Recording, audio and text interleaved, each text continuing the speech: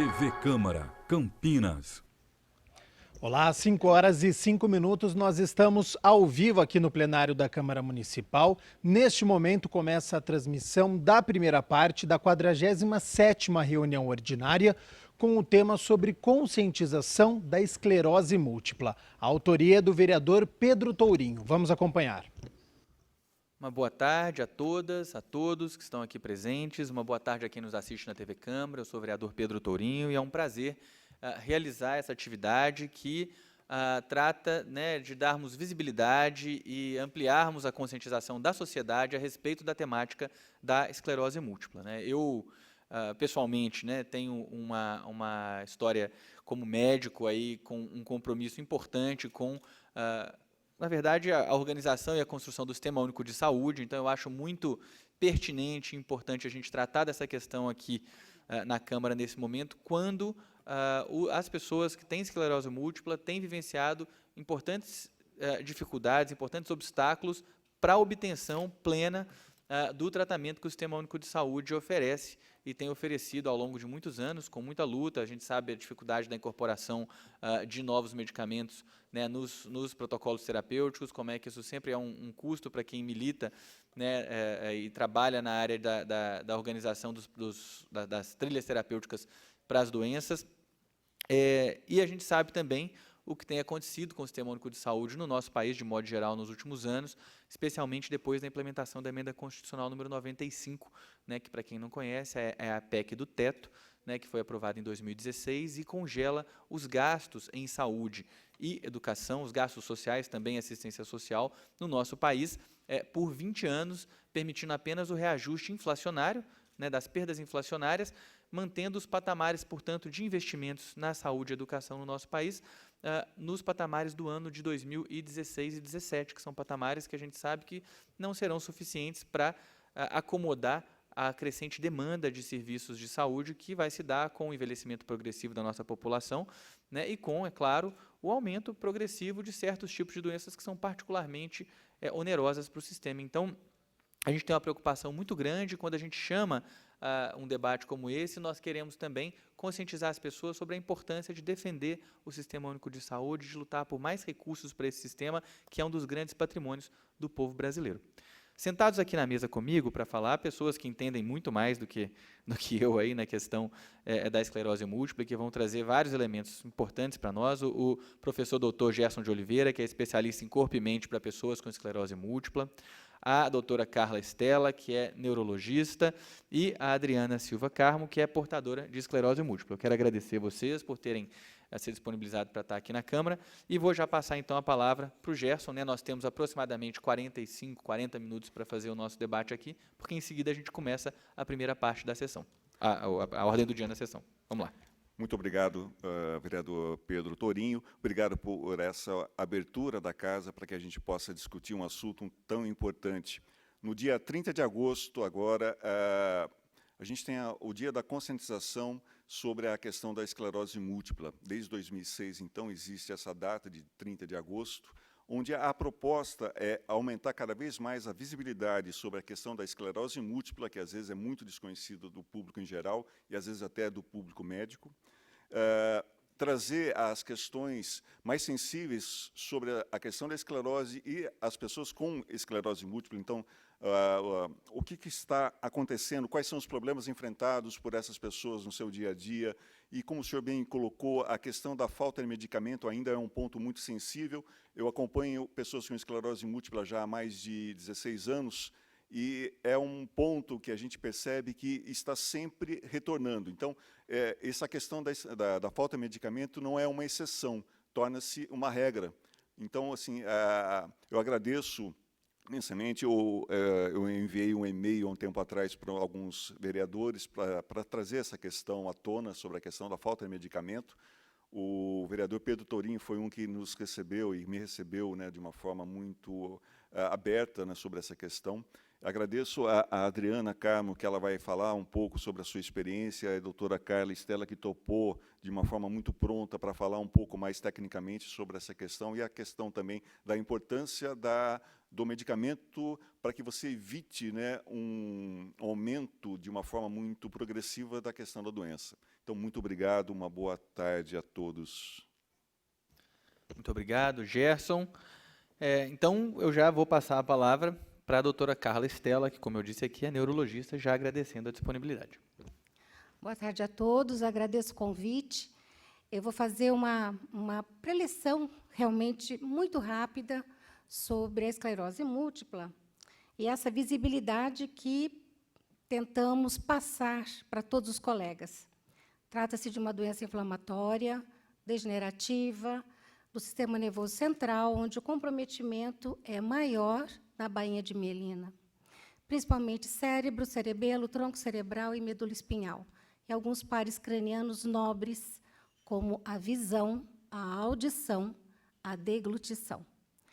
Bem, seguindo por aí, a gente vê quanto pode existir de erros no sentido do paciente ficar procurando entender o que está acontecendo com ele. Hoje em dia, por exemplo, a fadiga é muito acentuada no nosso país, que é tropical, que é extremamente quente, e que compromete mais a fadiga desse paciente. Esse paciente vai procurando os médicos. Os pacientes chegam a nós com um compêndio de exames realizados e não se pensou numa doença desmelinizante. Se pensou em tudo, menos nela. Então, hoje, o nosso trabalho é também fazer uma conscientização junto aos oftalmologistas, ginecologistas, ortopedistas, clínicos gerais da rede básica de saúde, até os níveis terciários e quaternários. Bom, aqui nós estamos vendo, é um desenho muito técnico, mas mostrando a invasão de um linfócito, que é uma célula nossa de defesa, que deveria estar comprometido com a segurança do nosso organismo, e, na verdade, num determinado momento, ele passa a não reconhecer a mielina como um patrimônio dele, como ele vigiando para que não seja agredido. Ele passa a agredir. A bainha de mielina é uma proteção que existe em todos os nossos nervos, e é onde se faz o salto dos nossos impulsos. Então, normalmente, imagine vocês, esse é um desenho que eu vi recentemente. Estamos rígidos, saudáveis, o nosso estímulo é como um coelhinho correndo. Nas fases mais avançadas da esclerose múltipla, sem tratamento, você vê como se fosse uma tartaruga andando com esse estímulo. Então, a gente vê um desenho de um coelhinho e uma tartaruga. Então, realmente existe uma lentidão na prontidão desse reflexo de novo. O impacto da esclerose múltipla no nosso país é significativo. Isso é uma prevalência, esses são dados do mundo inteiro, né? Nos Estados Unidos, cerca de 400 mil pacientes por ano padecem e são diagnosticados com essa doença. Afeta mais mulheres que homens, numa situação de 2:1. Já chegou a 4:1, mas atualmente 2:1. Naturalmente, porque as mulheres buscam mais rápido o atendimento médico. Acredita-se que vários fatores podem desencadear, podem startar a esclerose múltipla. Uma delas seria, realmente, a exposição ao vírus Epstein-Barr, que é o da mononucleose, que a cápsula do vírus é muito parecida com o DNA que habita a mielina. Então, é um fator confundidor para o linfócito. E outros vários motivos, como a incidência ou a falta da incidência do sol em alguns países, padecendo do paciente da produção da vitamina D, algumas situações como o tabagismo na família, como pacientes que vivem em situações expostas a agrotóxicos, também está elencada. E é uma doença que, praticamente, ela inicia como inflamação, seguida da perda e da destruição do local que ela inflama, e seguida da degeneração. Então, vejam, senhores, que você precisa ter uma medicação que ataque e realmente combata esses 3 fatores. E é um distúrbio imunomediado. Então, é um pouquinho mais complicado você falar de esclerose múltipla, porque se trata realmente de um processo onde existe um componente que nós temos que tratá-lo de uma maneira diferente. Não é fácil você inibir a atividade de um linfócito? Bom, aproximadamente 50% dos pacientes vão apresentar alguma dificuldade na deambulação em 15 anos de doença não tratados. Isso eu falo o tempo inteiro, não tratados. Uma outra situação, 20% desses pacientes precisarão do uso de bengala, precisarão de muletas, poderão ficar acamados. Vejam, os senhores, o custo funcional e operacional para o Estado com o paciente nessa situação. Cerca de 50% desses pacientes não tratados evoluirão de uma esclerose múltipla surto-remissão para uma secundariamente progressiva, onde existe um rarefeito da mielina significativamente e uma quase impossibilidade de um tratamento. Hoje, já existem medicamentos que vão ser exclusivos para secundariamente progressiva. Nós temos para primariamente hoje, que acabou de entrar no Brasil. Mas para secundariamente, nós vamos esperar para o ano que vem, que já está chegando. E 30% desses pacientes ficarão acamados. De novo, lembrem que são pacientes não tratados.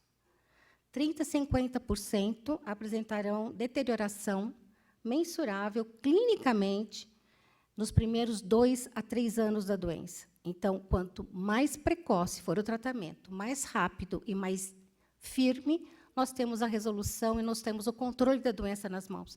É isso que nós queremos ter, o controle desse sistema imunológico. Tem cura? Não tem cura. Tem controle, um controle efetivo. E uma alta porcentagem irá evoluir, claro, com uma limitação neurológica, uma incapacitação para a vida, cognitivo, e nós não queremos isso. Nós queremos até o nosso paciente em casa, pode até estar aposentado, mas rígido, saudável, sendo dono das suas funções e controle total da vida. Uma outra situação, só para explanar um pouquinho, a patogênese, nós temos as primeiras ressonâncias, os senhores veem uma quantidade mínima de imagem, seguida de uma imagem devastadora, com várias lesões, e uma atrofia córtico-subcortical. Embaixo, os senhores veem que existe um silêncio e só vai aumentando a progressão da incapacidade. Então, os primeiros anos são sagrados para o início. E a gente sempre reforça para os pacientes, o que é perdido não é recuperado. Então, os 3 componentes básicos que nós devemos tratar é a inflamação, desmielinização e a perda axonal.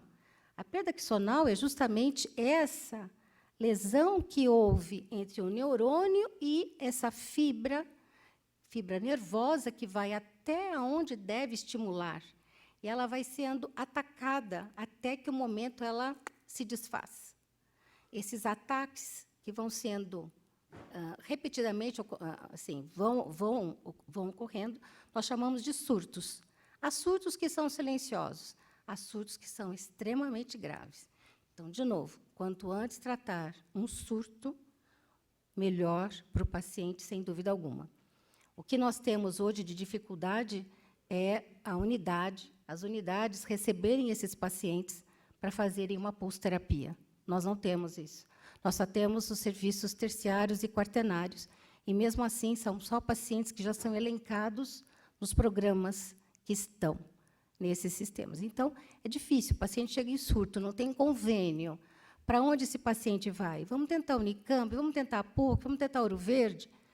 Realmente existe uma limitação do atendimento, do entendimento da doença e da disponibilidade da metilprednisolona, que é o solumedrol, que é a droga utilizada para o tratamento do surto. Ok? Aqui nós temos o avanço da medicação ao longo desses anos. A gente começa em 1995, chegando os primeiros interferons no Brasil. Eu peguei um pouquinho antes, eu peguei o Fronin, que é o pai dos interferons, e depois começa o betaferon, o Rebif, o Copaxone, o mitoxantrone foi retirado do Brasil, e aí você tem, chegando, o fingolimod, o natalizumab, o alentuzumab, o ocrelizumab, até o presente momento, a Tecfidera, que são os mais atuais. Nós não temos uma disponibilidade para o serviço de alto custo do alemtuzumab nem do ocrelizumab, que são drogas indutoras. É diferente de você fazer uma dose de manutenção. São drogas extremamente efetivas para doenças extremamente graves. Quando você está com um paciente num surto gravíssimo e com lesões onde está captando contraste, mostrando um processo inflamatório agudo. Então, você tem que fazer drogas de indução para silenciar a doença. E, realmente, ele para. Tá? Para manutenção, nós temos, e para uma doença tranquila, leve, saudável, que está correndo de uma maneira que você consegue controlar, você tem os elementos de primeira linha, que é interferon, copaxone, segunda linha, você tem fingolimod, tecfidera, terceira linha, você tem natalizumab, alemtuzumab, quarta linha, você tem ocrelizumab. Alemtuzumab e ocrelizumab não estão disponíveis ainda para o sistema de farmácia de alto custo. Estamos brigando ferozmente. Então, aqui, esse é o painel. O que estão ainda em pendência é o alemtuzumab e o ocrelizumab, que também não foram aprovados pela Agência Nacional de Saúde Suplementar, é aquela que vigia realmente os convênios, então, esses dois não estão aprovados. É uma briga, a gente tem que judicializar se nós queremos entrar com esses produtos. Mas somente esses dois. Então, nós temos dois tipos de terapia. Terapia de escalonamento, que é essa da primeira linha que eu falei, primeira, segunda, terceira e quarta. E temos a segunda linha, que é a terapia de indução, quando nós estamos diante de um paciente extremamente jovem, com uma carga lesional alta e com um surto extremamente grave. Não dá para esperar esses medicamentos que vão levar de 3 a 6 meses, iniciar o processo de modular o sistema imunológico ou imunossuprimir o sistema imunológico. Nós temos que ser extremamente agressivos. As novas terapias estão chegando. Para o ano que vem, possivelmente virá uma outra droga oral para uma droga de indução e, possivelmente, uma droga única para o paciente. Então, nós temos alguns futuros aí muito promissores. Uma droga que a gente trouxe para cá e que nos motivou é o fingolimod. Ele teve uma... A gente não sabe o que aconteceu entre muros, que começou pela Novartis, extremamente bem distribuído, não havia falhas. Houve depois uma licitação, onde houve uma outra indústria que ganhou, e, desde então, não só não assumiu o programa de primeira dose do produto, não assumiu, como também não manteve a manutenção da entrega dessa medicação na farmácia de alto custo. Hoje, nós temos a volta, a pedido, insistentemente, da Novartis, que está tentando montar e voltar com o seu programa para o Brasil e não deixar de fornecer. É uma droga extremamente boa para o paciente, é via oral, uma dose muito cômoda, mas o paciente tem que estar muito livre de possibilidades de infecções, porque ele realmente gera uma leucopenia significativa, uma baixa dos linfócitos de uma maneira significativa. A teriflunomida é uma nova droga também, de primeira linha, não é tão intensa, ela tem a mesma eficácia dos interferons e do glatiramer, mas ela tem algumas vigilâncias, como mulheres jovens em fase de possível gestação, e ele é o pior grau de uma droga para gestante. Ela causa, além de abortos espontâneos, malformações fetais gravíssimas. Então, a gente não utiliza muito, não indica muito mesmo. O alemtuzumab é uma droga excelente para indução, como nós falamos. O fumarato, que é o difumarato de etila, é uma droga que começou há 40 anos atrás, tratando psoríase, e descobriram que ela passa o sistema nervoso central, que é uma maravilha. É o tecfidera, que está vindo por aí. Os pacientes estão extremamente bem acomodados com a droga e, realmente, ele produz um efeito imunossupressor sem imunossuprimir de uma maneira tão intensa como o fingolimod. Ele tem um efeito protetor de uma maneira bem significativa. Enfim, os imunossupressores aprovados, também nós temos o metrixate, que a gente não utiliza porque não está mais no rol. A azatioprina, de uma maneira muito, muito, muito especial, para alguns casos bem isolados. Por último, nós temos o transplante de medula óssea, que hoje também não faz parte mais do rol de indicação. Tá? O número de óbitos foi elevadíssimo, o Ribeirão Preto já descartou, o Unicamp também já descartou. Mesmo porque o nosso arsenal de medicação é imenso. Nós só temos que falar um pouquinho da vitamina D, que é ainda uma contestação, tá? Mas a vitamina D em altas doses, ok. Não, a gente não vai por aí. A Academia Brasileira de Neurologia e a Anvisa descartam como uma droga para tratamento de esclerose múltipla, senão ela estaria elencada no rol. E é uma droga cara, não é uma droga barata. Então, ela não tem nenhum efeito, os trabalhos duplo cego realmente não contestam, só contestam que ela não impede a evolução da doença. Aqui está a reunião de 2013, junto à Anvisa, que realmente houve um descredenciamento, a vitamina D não pertence ao rol para medicação de tratamento, é suplementação de vitamina, só. Aqui segue um pouquinho mais a vitamina D, depois os senhores podem ver com calma, eu posso mandar para vocês o perfil de segurança e, terminando, eu acabei falando um pouquinho mais, porque realmente é uma briga hoje intensa. Resumindo, o que nós precisamos?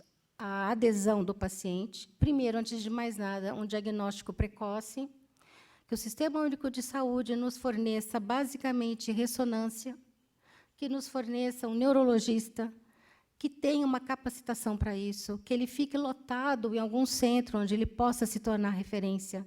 As universidades estão realmente sucateadas. Nós não temos como exigir mais do que elas já estão fazendo. Nós pedimos que a farmácia de alto custo mantenha a regularidade dessas medicações. Quando falta, existe realmente assim, um pânico. Eu tento buscar e tentar junto aos laboratórios, mas isso não é vida, isso não é um tratamento assertivo. Nós queremos uma coisa disciplinada, um tratamento adequado, com o ritmo correto. Então, o que é mais importante? Ter um neurologista capacitado para fazer um diagnóstico, uma ressonância de boa qualidade, que consiga ver e que tenha gadolínio para ser realizado.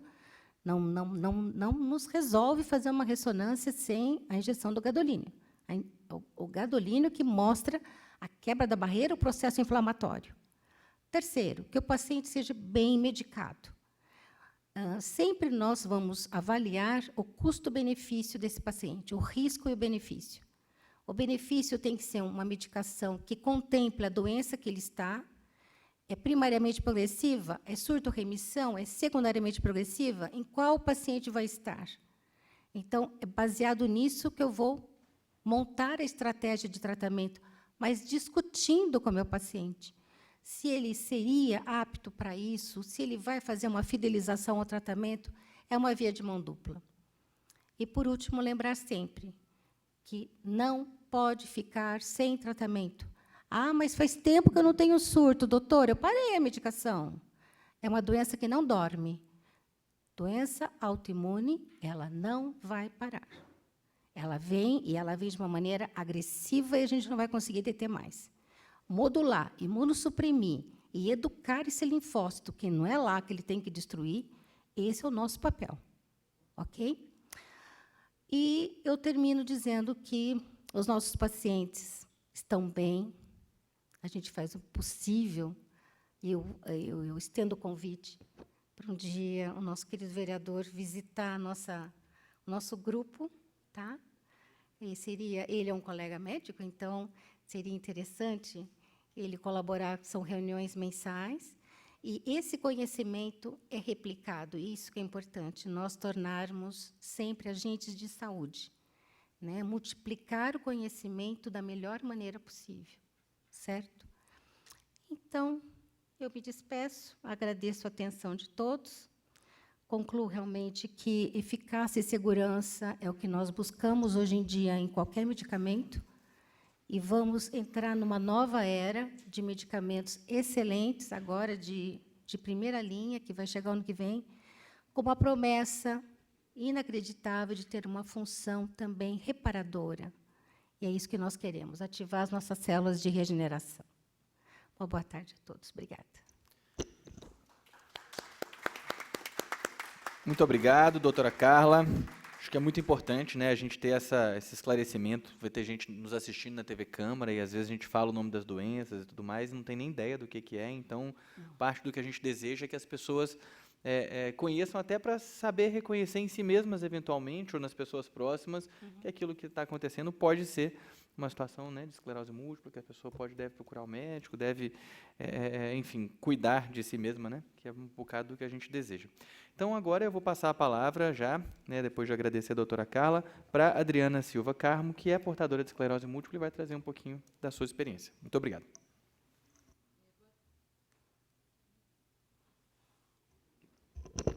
Boa tarde a todos. Eu primeiro queria agradecer também ao vereador Pedro Tourinho por conceder esse espaço para nós, para a gente poder estar trazendo mais visibilidade para essa doença. Agradecer nossos profissionais amigos, doutora Carla, o Gerson, profissionais que estão sempre conosco, né, para além do trabalho profissional, são nossos parceiros. Queria agradecer também a CESA Capuava, que é uma entidade em Valinhos que tem nos acolhido aos portadores de esclerose múltipla aqui de Campinas e nos acolheu muito bem. E tem nos acompanhado nessa nossa luta com a dificuldade com os medicamentos aqui em Campinas. Eu sou Adriana, sou portadora de esclerose múltipla há 25 anos, e estou estável na doença, né? Tomo Gilênia, que é um medicamento que está faltando aqui em Campinas, na farmácia de alto custo, como a doutora Carla bem falou. Nós, na ponta dessa problemática, né, quando somos as pessoas que vamos receber o medicamento, temos muitas dificuldades. E a gente não sabe bem o que acontece no decorrer desse processo. Sabemos que estamos sem o remédio, sem o Gilênia, há 5 meses. Sabemos que tem um outro medicamento, Tecfidera, que também não está chegando aos portadores. Está autorizado e não chega até as farmácias de alto custo, não chega até o portador. E isso nos preocupa muito, nos estressa muito. Nós, portadores, temos procurado nos ajudar através de amigos, as pessoas que deixam de usar o Gilênia, usam outro medicamento, então trocam com a gente, cedem o medicamento que tem para nós. As doutoras, né, neurologistas têm nos dado amostras grátis do Gilênia para a gente passar essa fase de 5 meses sem o medicamento, o que a gente considera um absurdo. Eu, particularmente, tenho um processo judicial, recebi um medicamento na DIR, na Orozimbumaia, e percebi que a justiça não nos garante também isso, porque estou há 5 meses sem o medicamento e não há o que se possa fazer. O que a farmácia hoje está propondo para a gente, a DIR 12 tem nos proposto, é pegar o medicamento na farmácia de alto custo da Ponte Preta. Eu estive lá hoje cedo e vamos ter que abrir um processo novo, como se eu estivesse começando a tomar o meu medicamento agora. Eu tomo há 7 anos o Gilênia. E eu vou ter que abrir um novo processo. Trouxe até aqui minha pasta, já tenho 2 processos imensos sobre esse medicamento e vou ter que fazer um 3º processo. E vou ter que ficar sem o medicamento pelo menos mais 1 mês até conseguir entrar nas listagens da farmácia de alto custo da Ponte Preta. Então, é uma situação assim que nos desgasta muito, que nos estressa muito. A doutora vai saber dizer melhor do que eu o que acontece com um portador que fica com essas interrupções, porque a gente até já chegou a tomar medicamentos com dosagem diferenciada por nossa conta e risco, para não ficar totalmente sem o medicamento, o que não é adequado, não é indicado por nenhum médico. Até levei já uma bronca da minha médica, por fazer isso. E, bom, eu queria também colocar que essa questão de estarmos aqui numa Câmara Municipal, que, embora não seja uma questão municipal, é uma questão mais estadual, federal, talvez, mas que os vereadores dessa casa possam nos ajudar e contribuir para esse processo da chegada do medicamento na nossa mão, que as pessoas portadoras de esclerose múltipla, além de serem portadoras, não tenham que ter essa preocupação com a dispensação do medicamento, que hoje nós temos tido que resolver essas questões e discutir essas questões exaustivamente.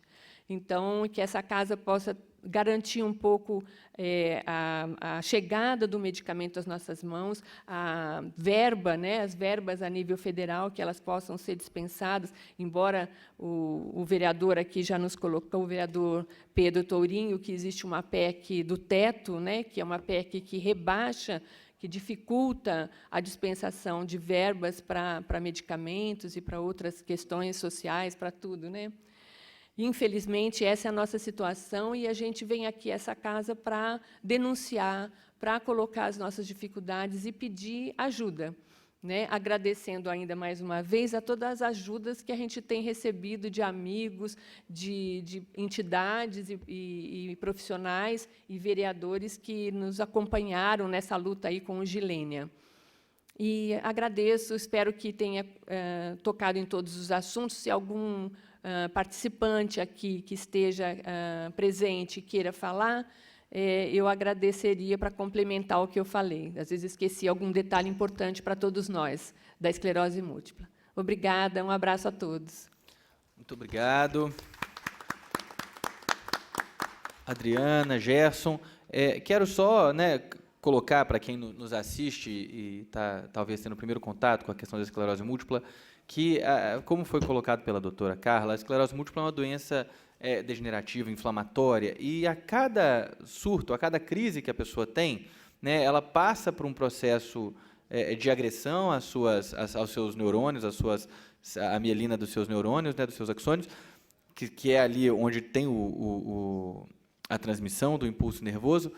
E, muitas vezes, as pessoas, inclusive, depois elas voltam, elas têm um déficit que aparece, e ele pode ser transitório, e depois ele se recupera, mas sempre fica uma cicatriz, uma sequela, e a gente tem que entender que a esclerose múltipla é uma doença que, ela, se não tratada, ela vai tirando, pode ser mais rápido, mas vai tirando aos poucos, as capacidades, as funções das pessoas. É por isso que a gente não pode permitir, sob hipótese alguma, a interrupção do tratamento. É uma doença que o objetivo central é evitar que ocorram crises, que ocorram descompensações, e é uma doença que, em muitos usuários, com tratamento adequado, a perspectiva, a doutora Carla acho que pode falar isso, é excelente.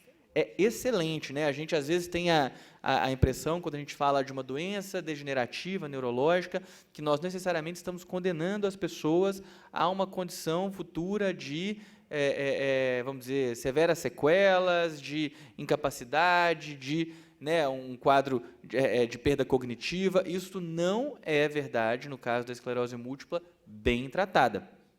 Essa é uma das coisas que a gente aprende e tem que dizer para quem tem um parente, quem está vivendo isso, que é importante lutar pelo tratamento, portanto, para garantir que o tratamento vai ser feito a contento. Da mesma forma, são tratamentos que são caros. Não dá para esperar que o usuário vá arcar integralmente do seu próprio bolso com os custos da aquisição desses medicamentos. Isso não é viável para a absoluta maioria das pessoas. Essa é uma questão central também. Então, existe uma questão aí de garantia de um direito básico de cidadania, que está estabelecido na nossa Constituição, que se confunde com o direito à vida, na verdade, que é o reconhecimento de que, sim, o Brasil, enquanto nação, escolheu, a partir de 1988, oferecer saúde para os seus cidadãos e cidadãs.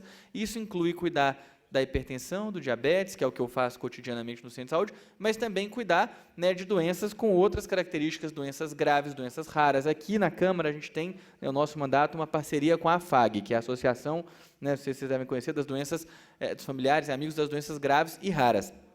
Tem doenças que acometem uma pessoa para cada 1 milhão de pessoas, e cujo tratamento vai sair 10, 15, 20, 30 mil dólares mensais por usuário.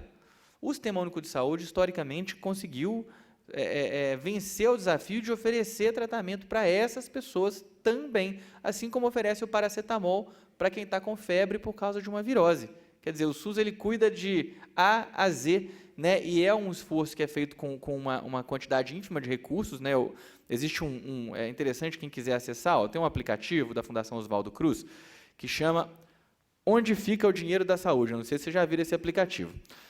E aí ele faz um acompanhamento em tempo real, atualizado ano após ano, da quantidade de recursos disponíveis para o Sistema Único de Saúde em cada município, somando-se as esferas federais, a federal, estadual e a esfera municipal, porque o SUS é financiado de forma tripartite, e é por isso, inclusive, que o que a Adriana colocou aqui, né, que a questão da falta do Gilene, quisera eu tivesse na governabilidade do município, porque aí talvez nós tivéssemos uma capacidade de incidência mais dura, mais forte. A gente está tentando fazer um debate sobre a farmácia de alto custo, desde que eu me tornei presidente da Comissão de Saúde da Câmara em fevereiro desse ano. Nós levamos 2 bolos da equipe da farmácia de alto custo. Bolos. A Comissão de Saúde da Câmara chamou a farmácia de alto custo, o pessoal não respondeu, compreendendo que, por ser uma política gerida pelo Estado, não tinha necessidade de responder à Câmara, o que é equivocado, porque a gestão do Sistema Único de Saúde ela é feita de forma tripartite, mas o usuário vivencia o cotidiano da saúde no município. O município tem, né, essa expectativa. Eu estava aqui levantando, por exemplo, Campinas, somando estadual, federal e nacional, faz tudo o que faz no SUS com R$ 2,97 por cidadão por dia. Não sei se vocês sabem disso. R$ 2,97. Tá? Vocês verem quando eu falo que não dá para contingenciar recursos no SUS, que PEC do teto no SUS vai significar a morte das pessoas, significa que a gente vai ter que se contentar em continuar pelos próximos 18 anos agora com R$ 2,97 por cidadão por dia. Né? Quanto custa um medicamento para esclerose múltipla? Né? Imagino, uma diária de UTI custa R$ 4.000 por dia, mais ou menos. Né? Então, você imagina que um cidadão, considerando R$ 3 por dia por cidadão, um cidadão que está na UTI, ele inviabiliza o tratamento de outros 1.000 e poucos cidadãos e cidadãs. Quer dizer, não dá. Então, é nesse sentido que eu queria colocar essa importância disso. Estou até pensando em fazer uma comissão de representação, que é uma comissão que a Câmara faz, para dialogar com agentes de fora da governabilidade da Câmara, para se dirigir à DRS, a Direção Regional de Saúde, para que a gente possa dialogar sobre a questão da farmácia de alto custo. Eu acho que pode ser um caminho. Enfim, falei para caramba aqui, se alguém aqui da mesa quiser complementar, colocar algo a mais sobre essa questão, se não, a gente abre também para o público aqui presente, se quiser fazer alguma colocação. Adriana, quiser falar, Carla, Gerson.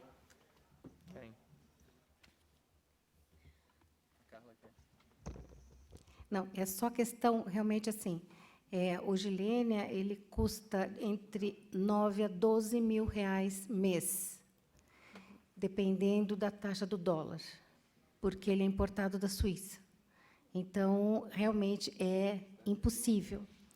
Judicializar a saúde, hoje, é o caminho que tem se feito. Não se tem pensado.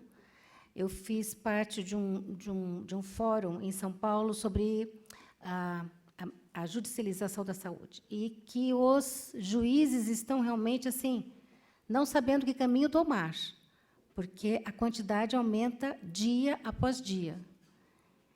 Então, eu acho que, realmente, a comissão, para pensar esses desvios, ou para onde vai o nosso dinheiro, que não vem a quem de direito, porque são pacientes diagnosticados, que contemplam esse tratamento, que precisam desse tratamento, porque, se não tratar, esse paciente vai ficar paraplégico, vai ficar incapacitado e vai custar para o Estado. Aí não vai custar 10 mil por mês, vai custar muito, muito, muito mais. Acho que não. Acho que sim. Eu gostaria só de colocar que, diante desse quadro, eu me sinto, muitas vezes, e acho que todos nós, portadores de esclerose múltipla, na mão do Estado. A gente sente que a nossa saúde está na mão do Estado. Eu vou ficar bem ou não, tanto quanto o Estado me permitir. dando verbas, me permitindo a chegada do medicamento e tudo, porque é uma situação de muita insegurança. Então, é isso que eu queria colocar. E é muito triste a gente viver essa situação, né? Obrigada. Então, mais uma vez, eu quero agradecer ao vereador Pedro Tourinho por assim, essa oportunidade de a gente trazer essa questão tão importante de saúde, que a gente vê que é extremamente grave o que se passa aqui e, às vezes, a gente não tem conhecimento. Muito obrigado por essa oportunidade. Dia 30 de agosto, reforço, é o Dia de Conscientização Nacional, então existem alguns eventos ainda que vão acontecer. E muito obrigado mais uma vez a todos. Bem, eu quero agradecer também a presença de todos e todas aqui, dizer que a Câmara, a Comissão de Saúde está aberta para esse debate, para outros debates, né, e a gente gostaria muito de acompanhar o desenrolar dessa situação e ser informado de qualquer mudança positiva ou negativa que se der. E já me comprometo a fazer essa comissão de representação aqui, né, a gente deve aprovar isso na quarta-feira, caso a gente obtenha as assinaturas necessárias, eu acredito que os vereadores vão apoiar essa iniciativa, e aí, a partir daí, a gente organiza junto um momento para estar presente, a Câmara e as pessoas que lutam aí por saúde. É isso, muito obrigado, então, a todos e a todas, e agora a gente já vai começar a sessão ordinária da Câmara.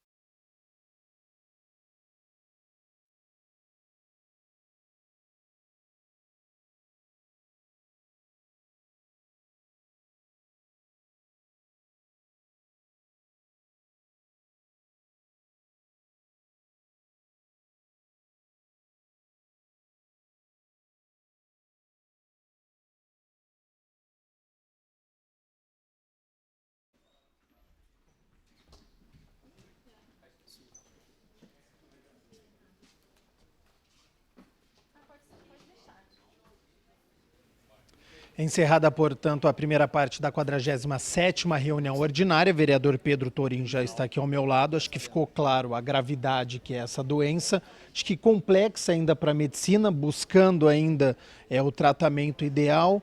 Sexta-feira é o Dia Nacional de Conscientização sobre a Esclerose Múltipla. O que te deixa com mais medo, o que tem que ter mais cuidado com a doença, vereador? Bem, primeiro, é importante colocar que, diferentemente de outras doenças degenerativas neurológicas, a esclerose múltipla já tem hoje tratamentos muito efetivos. Não são perfeitos, evidentemente, mas são tratamentos que permitem às pessoas poderem pensar, planejar, organizar suas vidas com a expectativa de viver longas vidas, viver bem as suas vidas, viver com conforto, né? E é isso que nós desejamos. Sempre que a gente encontra uma doença grave, é esse o desfecho que a gente espera, né? Que as pessoas, de fato, possam viver, usufruir das suas vidas com plenitude. Agora, para isso acontecer, né, o que está escrito na Constituição tem que virar realidade, que é a gente, de fato, oferecer saúde de qualidade para a população. Com isso só acontece com recursos, não acontecerá sem dinheiro e não acontecerá sem uma adequada gestão desses recursos. Os medicamentos existem, eles estão disponíveis, a sua utilização está caracterizada já e bem definida por protocolos nacionais e internacionais, e a gente deixa de ter acesso a esses remédios por questões administrativas e de ordem política, de escolha política de despriorizar e desfinanciar uma política pública como o provimento de medicamentos de alto custo. Isso é inadmissível, isso implica em sequelas, mortes evitáveis, em vidas que são perdidas, e o que me preocupa mais, portanto, é ver esse processo acontecendo gradativamente diante dos nossos olhos. Nós precisamos enfrentar isso. A gente viu até na entrevista, né, com a Adriana, que possui a esclerose, as dificuldades, às vezes até de conseguir um remédio, e a Carla falando sobre conscientização. Esse é um trabalho que deve ser mais divulgado? Com certeza, né? É tanto o conhecimento a respeito do que é a esclerose múltipla, como o conhecimento sobre a situação de acesso ao cuidado em saúde de quem tem esclerose múltipla. São duas questões que a gente considera extremamente importantes e a gente fica feliz de ter podido usar o espaço aqui da Câmara para fazer essa divulgação. Obrigado, vereador. Eu que agradeço, e quem quiser falar mais sobre isso, tiver alguma dúvida, pode entrar em contato conosco lá no Gabinete 3. Ótimo. Agradeço então ao vereador Pedro Tourinho. Encerrada a primeira parte da 47ª reunião ordinária. Continue assistindo a nossa programação, porque a partir das 6 horas da tarde tem as votações dos projetos durante a reunião ordinária de número 47. Até lá.